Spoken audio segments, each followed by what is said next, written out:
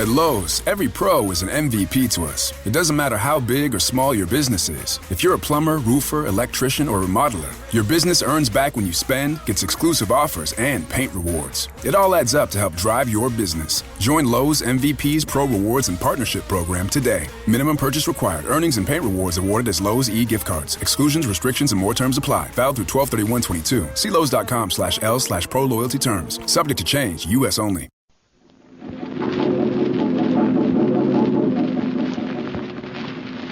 The Mysterious Traveler. Another journey into the realm of the strange and terrifying. I hope you will enjoy the trip, that it will thrill you a little and chill you a little. So settle back, get a good grip on your nerves. Where are we going? You'll find out when we get there. I hope it's not making you nervous, being alone with me here in the dark. Darkness stirs strange terrors in some minds. For the things that happen at night are sometimes most upsetting.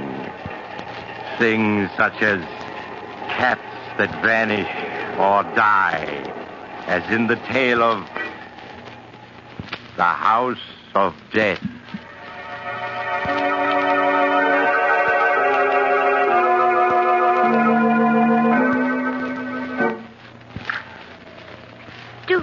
Living out in the country this way, Louise. We're so isolated from everyone. Yes, Martha. It was much nicer when we lived in our own house in the village. And even if Roger and Hester are our nephew and niece, we should never have let them persuade us to move out here with them. Oh, doesn't that wind ever stop blowing? Oh, Martha, Roger and Hester are coming. I just saw the car turn into the drive. I hope they've brought a maid. Yes, what's the matter with Toby and Queenie? Oh, mother's little darling's hungry. Even Toby and Queenie don't like living here. Yes, they do seem unhappy. But Toby hasn't been eating well at all. Oh, Louise is very foolish out living here with Roger and Hester. I think we should move back to our house in the village where we can really be happy. Oh, Martha, could we? I see no reason why we can't. So much nonsense about our being invalids and too old to live alone. Hello, Aunt Martha. Aunt Louise. Oh, Roger, were you able to get a maid for us? Oh, I'm sorry about that, Aunt Louise. I tried, but it's just impossible to get a maid these days. But, Roger, you know we need someone to push Louise around in her wheelchair. It's too much for me. Well, I'm sure Hester will do anything you ask. How are you, Aunt Louise? Aunt Martha? I brought you some good hot tea and some biscuits. Thank you, dear. Roger, Louise and I have been talking things over. Now, it is very kind of Hester and you to invite us to live with you, but we were much happier living in the village and would like to go back to our house. What? But, Aunt Martha, it's much better for you here. Why, of course. You're homesick, that's all. Why, certainly in time you'll come to love this place as we do. Now, we don't want to hear another word about your leaving us. We couldn't be happy thinking of the two of you living alone in that house in the village. Come along, Roger. Let them drink their tea. Yes, Hester. Well, see you both later. They're really so good to us, Martha. But I do wish they'd let us return to our own house. Tea tastes strange. You tried it yet, Louise? No. Well, yes, you're right. It does taste funny. Probably the water they use. Nothing out here seems as good as it was home. You better not drink any more of it. Oh, do you remember the little teas we used to give when we lived in the village? Mary Thompson came over every afternoon. It was so nice. There's no reason why we can't move back to our house and have those teas again. But you heard what Roger and Hester said. Our health isn't so good, and we need someone to look after us. Well, what of it? All that money Father left us, we can afford a dozen servants. Yes, Louise, I think we'd better plan to return home.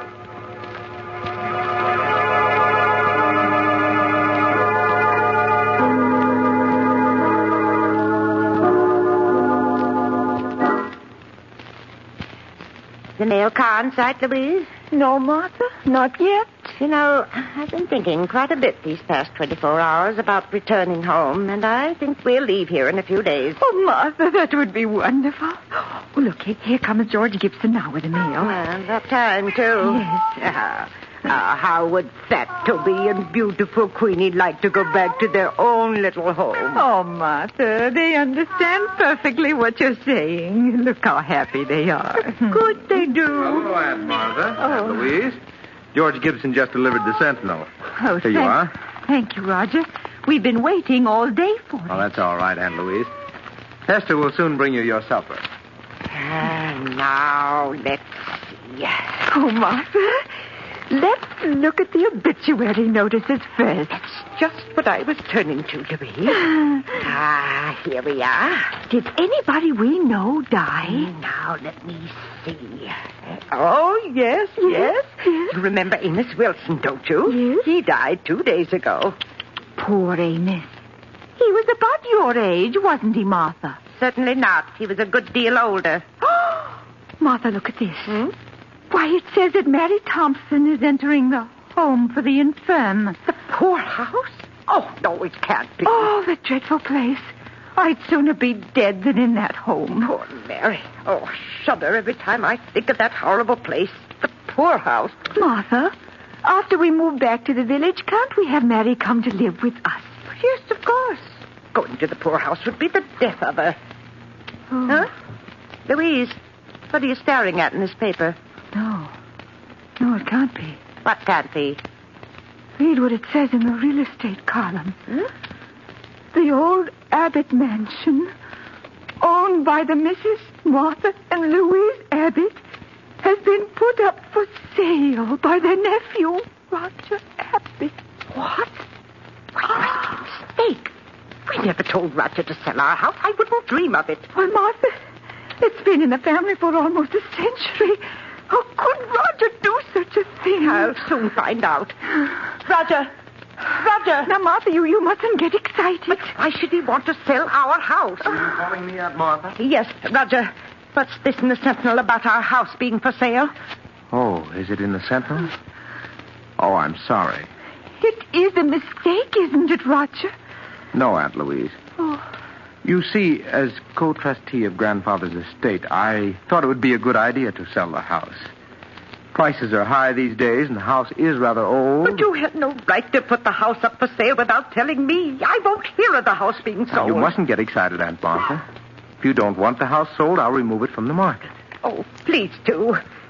We couldn't live in the house if it was sold, could we, All Louise? right. I'll take care of everything. Everything's going to be all right now. I don't like it, Louise. I don't like it at all. Why did he try to sell it without telling us? It does seem strange. Louise, we must get in touch with Judge Smith. Yes.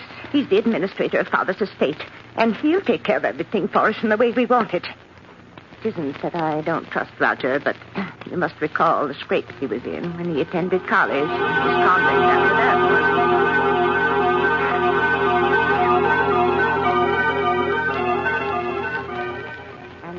Then there was the matter of that bad check Roger gave. If it hadn't been for his dear father, he would... Someone's coming, Martha. I have your suppers for you. Now, please eat them before they get cold. Yes, Esther. There you are. Just call me if there's anything else you want. Yes, does Mother's beautiful Queenie want something to eat? I don't see Toby any place around. Well, he's probably in the kitchen. Now, say pretty please, Queenie, and Mother give you this nice piece of meat. That's Mother's darling. Here you are. Oh, isn't she lovely, Louise? Oh, yes. Queenie has such wonderful manners. We'd better eat our soup before it gets cold, Martha. Yes, and as I was saying, Louise, I don't care for Roger's attitude at all. Ask me, he's been behaving very strangely. Yes, Martha. Martha. Hmm?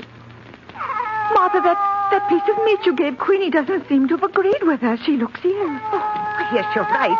Oh, Queenie, what's the matter with Mother's little darling? Martha, she's in agony. Yes, what can we do? Roger, come quickly. Oh, poor Queenie. Roger. She's suffering so. Martha. Oh, Roger, do something. We must help poor Queenie. Oh, Roger, look. I'm afraid it's too late, Aunt Martha. She's dead. Dead? But She can't be. She was all right just a few minutes ago. Things like this will happen, Aunt Martha. She was old. She probably had cramps. Roger, you better take Queenie out of here. All right, dear. Poor Poor Queenie. We've had her ever since she was a little kitten, 12 years now. There, Aunt Louise, you mustn't cry. You still have Toby. Now, why don't you eat your supper? You'll feel much better if you do. Hester, how can you speak of food at a time like this? With poor Queenie's body not even cold. I'm sorry, Aunt Martha. If you want me, just call. Oh, Martha, it won't be the same without Queenie. I simply can't understand it. 1 minute Queenie was perfectly well. Then after you gave her the meat, she became ill. Yes, she was perfectly well until she ate the meat. Louise, the meat, that's it. Don't understand, Martha. The meat, it was poisoned. Poisoned? Louise, that poisoned meat was meant for us. Martha, you don't mean that Roger and Hester... Oh, no. Yes, no. Louise, they're after our money. Oh, what are we going to do?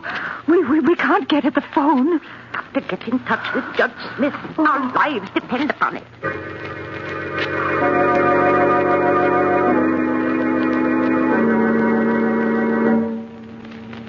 The two old ladies stared at each other, terror in their eyes.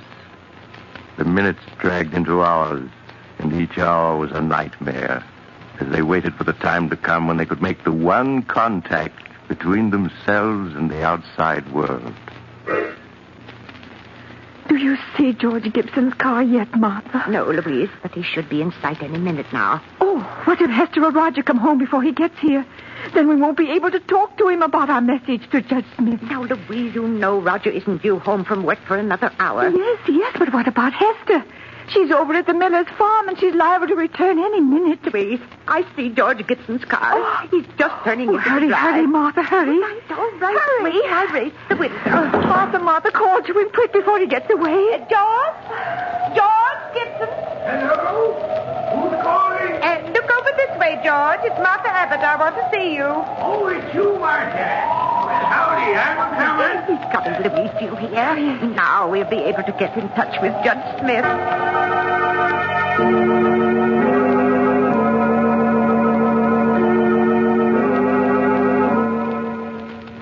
But after George Gibson left the Abbott sisters, he met Hester a half-mile up the road. The two conversed for a minute. Then George Gibson continued on his way.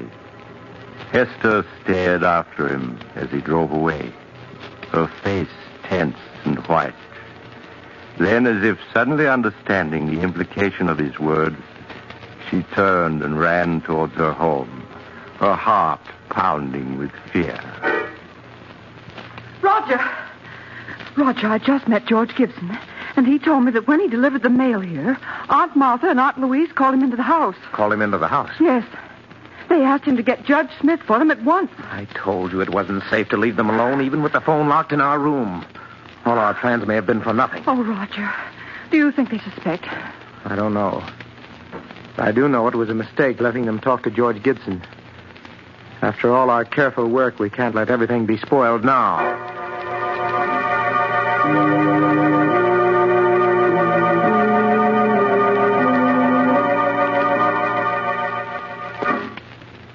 Oh, Martha, these past 24 hours have been endless. Where can George be?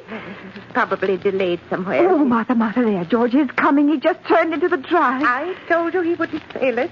Oh, but Roger and Hester are in the house now. What if they don't let George see us? Nonsense. When George has a message to deliver, he delivers it. Roger's just gone out to get the mail, but... Louise. What is it, Martha? What's wrong? That isn't George Gibson driving the mail car. What? The man driving it's only a youngster.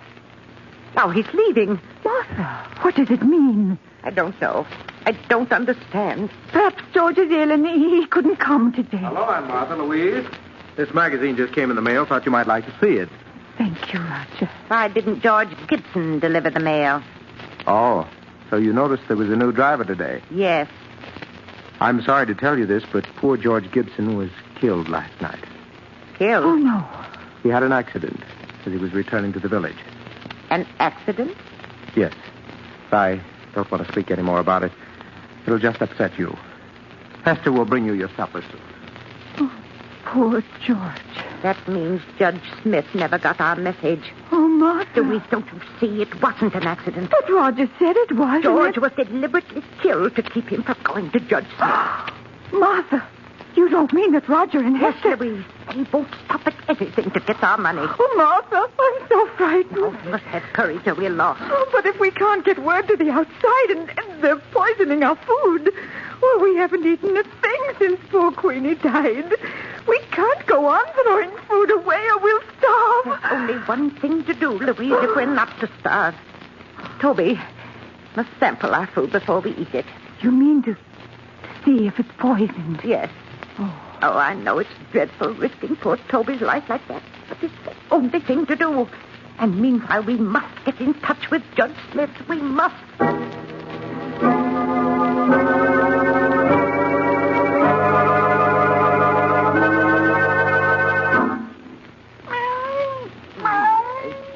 You are, Toby, a nice piece of meat for Mother, little darling.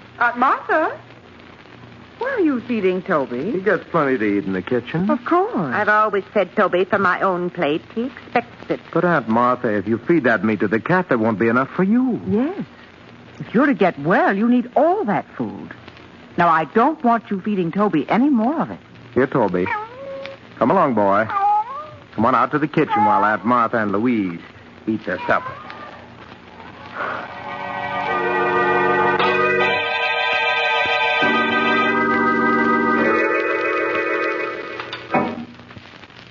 How are you, Aunt Martha? Louise, I brought you your lunch. Doesn't it look good? Yes, Hester, it's very nice. Lunch, eh? Here, Toby. Here, kitty. Hester, have you seen Toby? No, Aunt Martha, I haven't. Oh, but where could he be? Toby's always on time for meals. He's probably someplace around the house. Now, eat your lunch before it gets cold. Oh, Martha, where can he be? Toby will be along in a few minutes. We won't touch a bit of this food until he's tried it first. Oh, I do wish he were here. I'm so hungry. Louise, don't touch a thing on that tray. It isn't safe. Oh, here, Toby. Here, kitty. Here, kitty.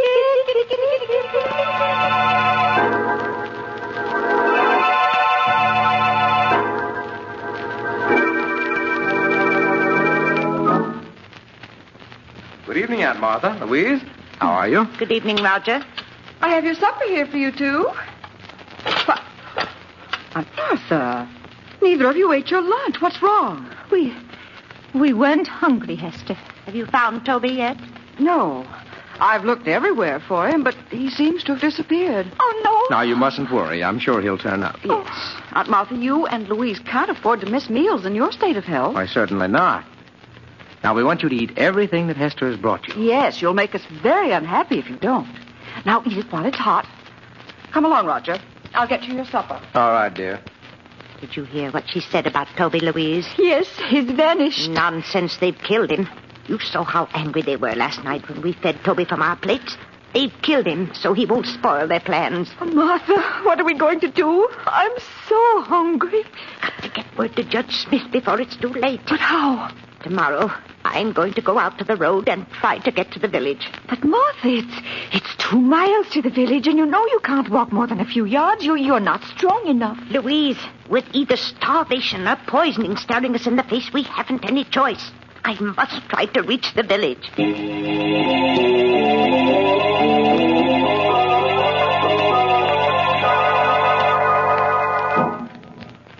The next morning, after Roger had left for the village and Hester had gone to the Miller farm, Martha dressed as quickly as her shaking hands would permit. Louise watched nervously as her sister quietly opened the door and started on her long, painful way to the village. Hello, Aunt Louise. Oh, Why, where's Aunt Martha? Aunt Martha? She's someplace around the house. But I've just been through the house. Why, her closet is open, and her hat and coat are missing. Aunt Louise, did Martha leave this house? Why, yes, she said she wanted to go for a walk. Go for a walk? At her age and in weather like this? Why, it'll be the death of her. Did she start out toward the village? Answer me. Yes, Hester. Telephone Roger at his office. She must be stopped.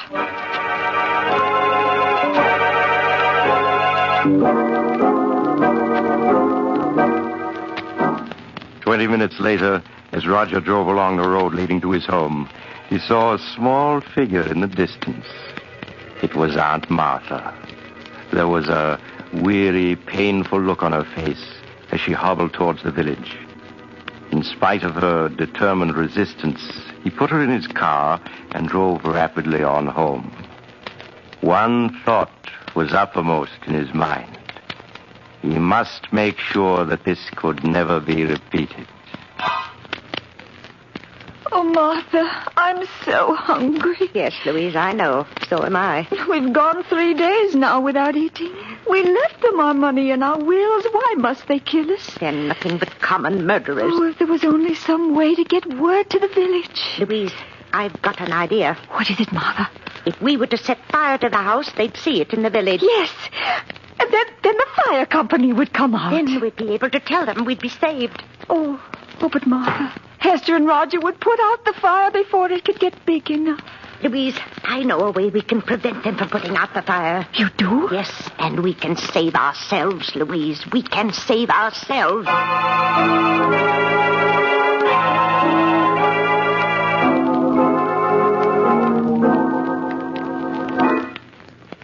Here, Toby. Here, kitty. Aunt Martha! Why are you looking down the cellar? You should be in your room. Yes, it's drafty out here in the hall. Now, come on, close the cellar door and go back to your room. But I heard Toby crying. He's down in the cellar, and I won't go to my room until I get But him. Aunt Martha, Roger, just to put Aunt Martha's mind at ease, why don't you go down to the cellar and see if Toby is there? Oh, all right. If you ask me, it's just a waste of time. Oh, please help him look for Toby, Hester. You'll find him so much quicker if you both look for him. Oh, very well. But you go back to your room so you won't catch cold. Roger, do you see him?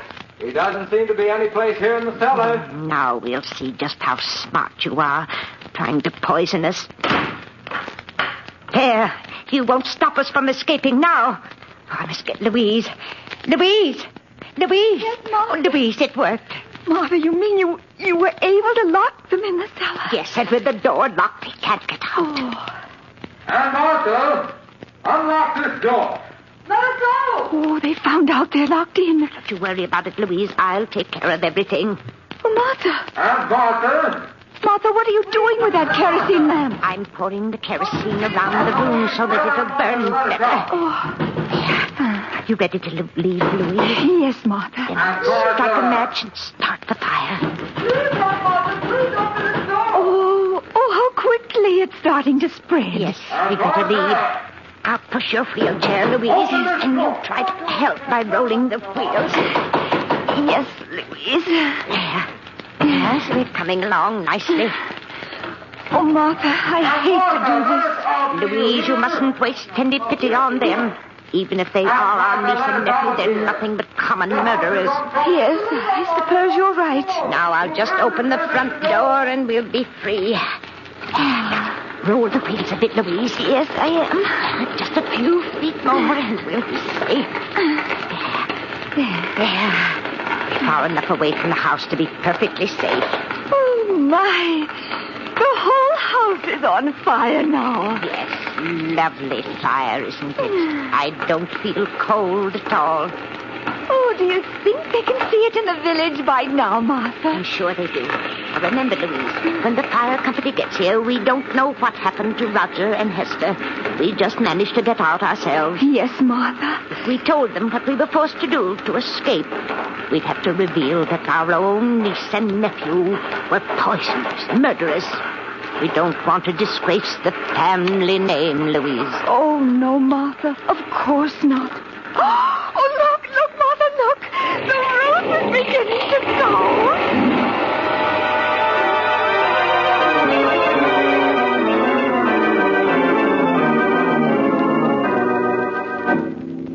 A few minutes later, the fire company arrived to find Martha and Louise in the garden, staring at the roaring fire which had been their home. It was too late to save the other occupants of the house, so the men were forced to stand by helplessly and watch it burn.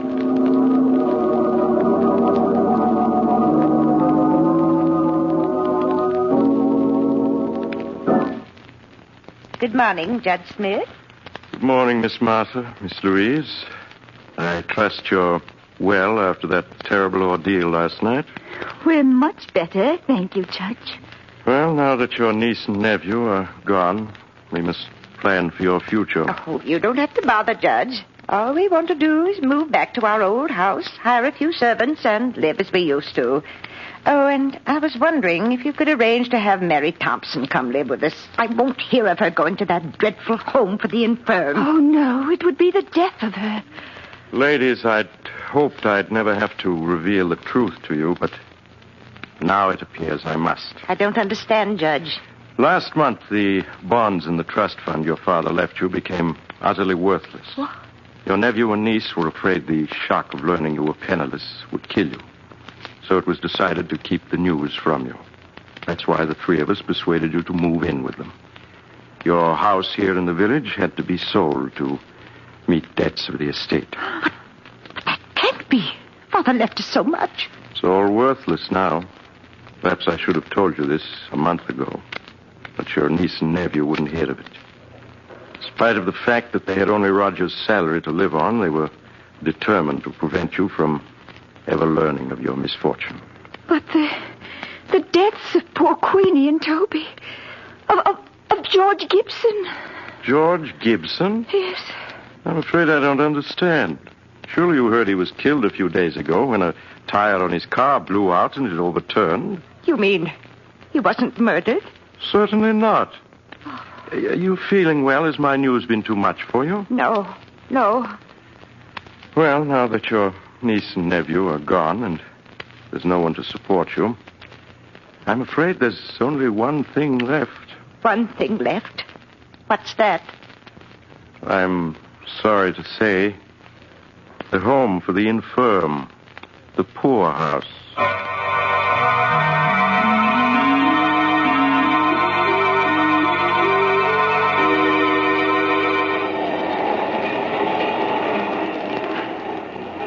This is the mysterious traveler again. Have you enjoyed our little trip? Too bad about the Abbott sisters. Such nice old ladies. But then, how were they to know that poor Queenie died of cramps, not poison? After all, you can't be too careful, can you? Would you care for a sandwich? They're very delicious. I make them myself. Oh, you're getting off at the next stop. I'm sorry. Perhaps you'll join me again soon. I take this same train every week.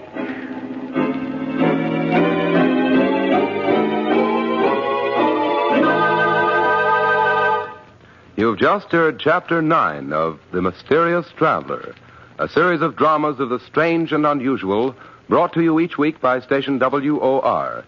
In tonight's program, The House of Death, Irene Hubbard played Martha Abbott and Elizabeth Morgan played Louise Abbott. The Mysterious Traveler, written by Robert Arthur and David Kogan, is directed by Jock McGregor. Original music was played by Doc Whipple.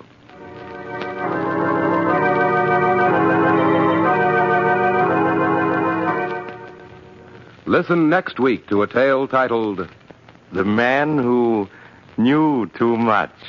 Another tale of the Mysterious Traveler.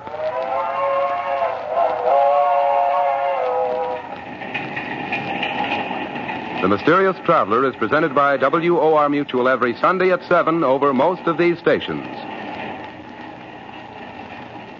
This is Mutual. You're climbing up a sky-high mountain pass. Suddenly, you blast through a dense layer of clouds, and you see it, Pikes Peak. Named after General Zebulon Pike, who never actually made it to the top. Of course, he didn't own a sedan from Kia's turbo-infused, sport-tuned GT lineup. Well, Zebulon, this one's for you. Hurry into your local Kia dealer today for great deals on the K5 Stinger and Forte. Kia, movement that inspires. Visit kia.com for details. Always drive safely. At Lowe's, every pro is an MVP to us. It doesn't matter how big or small your business is. If you're a plumber, roofer, electrician, or remodeler, your business earns back when you spend, gets exclusive offers, and paint rewards. It all adds up to help drive your business. Join Lowe's MVP's Pro Rewards and Partnership Program today. Minimum purchase required. Earnings and paint rewards awarded as Lowe's e-gift cards. Exclusions, restrictions, and more terms apply. Valid through 12/31/22. See Lowe's.com/L/Pro Loyalty terms. Subject to change. U.S. only.